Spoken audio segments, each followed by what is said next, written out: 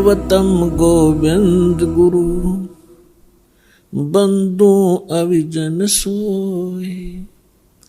पहले बहे प्रणाम तिन, नमो जोग हो।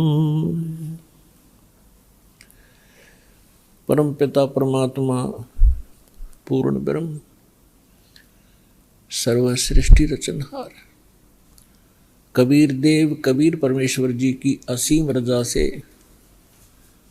आप चंद पुण्यात्माएं परमात्मा की महिमा सुनने के लिए उपस्थित हुए। जिन पुण्यात्माओं पर परमात्मा की विशेष रजा होती है, उन्हीं को इतना समय मिलता है,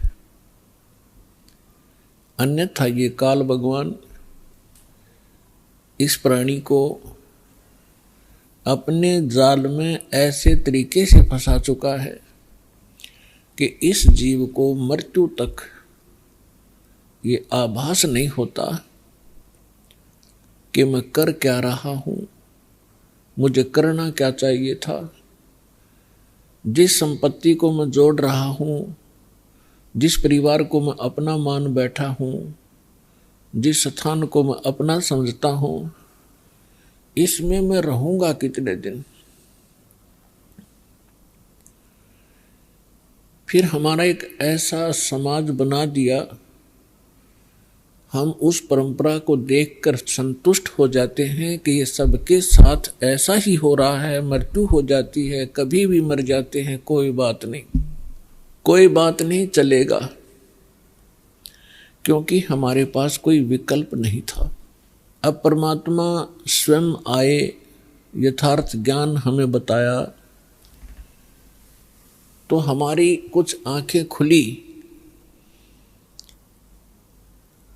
क्योंकि ज्ञान से ही एक सतर्कता आती है, ज्ञान से ही रुचि बनती है, ज्ञान से ही दिशा बदलती है। और ज्ञान अधिकारी के मुख से उच्चरित होगा तो वो असर भी करता है। यहां पर लाखों की संख्या में ऐसे श्रद्धालु हैं जो शराब पीते थे, तमाकू सेवन करते थे, बीड़ी सिगरेट हुक्का के माध्यम से, और वो नहीं छोड़ पाते थे। ये शिक्षा माता पिता और भी सभ्य समाज के लोग कहा करते हैं कि भी शराब नहीं पीनी चाहिए, तमाकू नहीं पीना चाहिए, अच्छी बात नहीं, लेकिन वो खुद भी पी रहे होते हैं। तो कहने का तात्पर्य है कि इस काल भगवान, ये ब्रह्म ज्योत स्वरूपी निरंजन, जिसको ऋषि महर्षि ब्रह्म कहा करते थे, और वो ब्रह्म साधना करके अपने आप को सबसे सुपीरियर माना करते थे, इसने इस जीव को ऐसे ढंग से फंसा दिया और ये विकार ज्यादा करवाता है। इसने अपना एक मन एलिमेंट छोड़ दिया आत्मा के साथ में। आत्मा को आवश्यकता है परमात्मा की महिमा की, परमात्मा के गुणगान हो, इसको उसकी आवश्यकता है। और ये मन इसके ऊपर प्रधान बना दिया, इसको डरा धमका के रखता है, भयभीत रखता है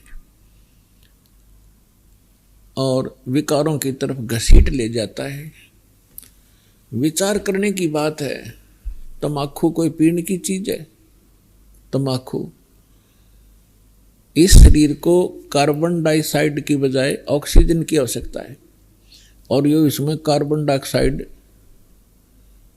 इसमें प्रवेश करवाता है हुक्का बीड़ी सिगरेट के माध्यम से, और जिसके कारण आत्मा मलिन होती है, मन में विकार पैदा होते हैं, स्वभाव ठीक नहीं रहता। और स्वभाव ठीक नहीं रहेगा तो हम एक दूसरे के साथ छोटी सी बात पर भिड़ पड़ेंगे, लड़ पड़ेंगे, लट्ठम लट्ठा, तमोगुण बन जाते हैं। फिर शराब कोई पीने की चीज है? जिसको पी के बेसुद्ध हो जावा इंसान। और मांस कोई खाने की वस्तु है। अब हम कितनी स्पीड से इन बुराइयों को ग्रहण कर रहे हैं। तो काल ये चाहता है कि ये आत्मा परमात्मा की है और ये हमारे साथ प्रतिशोध ले रहा है।